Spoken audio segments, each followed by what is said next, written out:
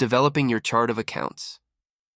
Let's begin by listing and discussing some considerations. What I call the Goldilocks and the Three Bears rule. In the fairy tale, as most of you are aware, Goldilocks, a little girl, ventured into the home of the three bears, Mama Bear, Papa Bear, and Baby Bear. While there, amongst other things, she tried Papa Bear's porridge, Mama Bear's porridge, and Baby Bear's porridge. Papa's was too hot, Mama's was too cold, and Baby Bear's was just right. In setting up your chart of accounts, you're trying to find the porridge that is just right, not too hot and not too cold. The too cold represents a simple basic chart of accounts, while the too hot represents a very detailed and complex chart of accounts. What we're striving for is the just right.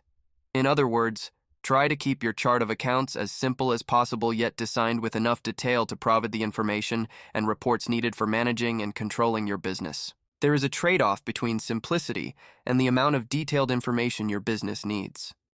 Let's make a simple list to serve as a simple aid as to what to consider when setting up your chart of accounts. Manual or computer system. Financial information and reports needed to manage your business. Financial reporting requirements and to whom. Information needed to prepare tax returns. Information needed for any special regulatory reporting requirements. Type of business. Manufacturer, retailer. Wholesaler, service, nonprofit, government. Size and complexity of the business. Staff size and capabilities. Need for a simple or more complex coding system. Any questions? Do all businesses use the same chart of accounts? Common accounts such as cash, accounts receivable, and accounts payable are used by most businesses. Other accounts are tailored to the type of business and the needs of management. Well, time's up again. See you in the next session.